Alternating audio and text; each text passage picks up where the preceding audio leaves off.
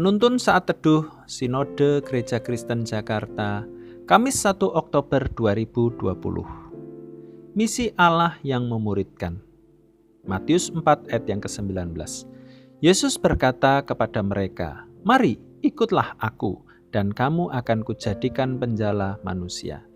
Tuhan Yesus memanggil para murid untuk dimuridkan. Kemudian Ia mengutus para murid untuk memuridkan segala bangsa. Ada 3 hal penting yang dapat kita pelajari, yakni pertama, memenangkan orang-orang yang belum percaya. Kedua, mengajar dan mendidik mereka untuk semakin mengenal Tuhan. Ketiga, mengutus mereka kembali untuk memenangkan orang-orang yang belum percaya. Inilah yang Tuhan Yesus lakukan, memanggil para murid, lalu mengajar dan mendidik mereka selama 3,5 tahun, dan pada akhirnya mengutus mereka untuk melanjutkan tugas pemuridan itu kembali. Teks Matius 4 ayat yang ke-19 dibagi atas 3 bagian. Pertama, mari ikutlah aku. Ada hal menarik dalam panggilannya ini.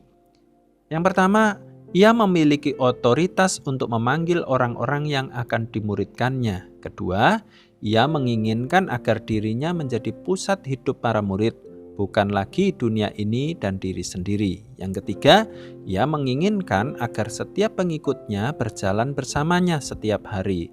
Dengan demikian, para murid diajar untuk fokus kepada Tuhan dan tunduk kepadanya. Kedua, kamu akan kujadikan.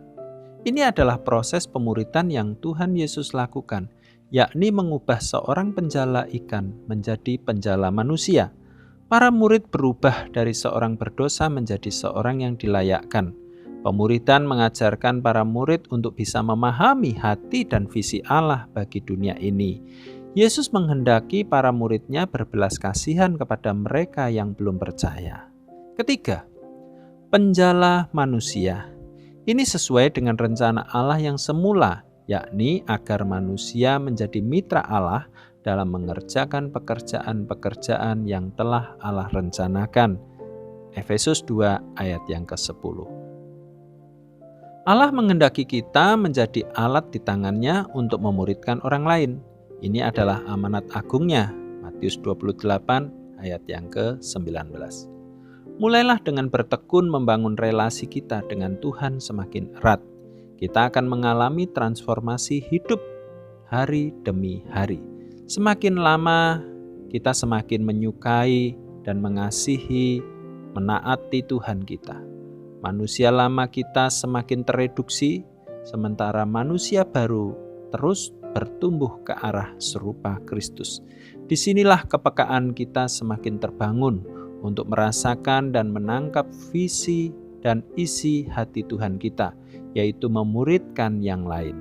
Kita semakin bertekun mendoakan orang-orang yang akan dimuridkan. Setelah bertemu dengan mereka, maka kita menginvestasikan waktu kita untuk membangun relasi yang bersifat rohani dengan orang-orang tersebut. Relasi rohani ini lebih menuntun orang-orang tersebut melihat, memaknai segala yang terjadi dalam hidupnya dari sudut pandang ketuhanan Kristus. Relasi kita bukan hanya sekedar mendengarkan curahan hati yang sedang bergumul, melainkan sampai menuntun kepada melihat dan memaknai pergumulan itu dari ketuhanan Kristus. Mengikut Yesus tidak bisa dilepaskan dari memuridkan jiwa agar bertumbuh semakin serupa Kristus. Tuhan Yesus memberkati kita semua.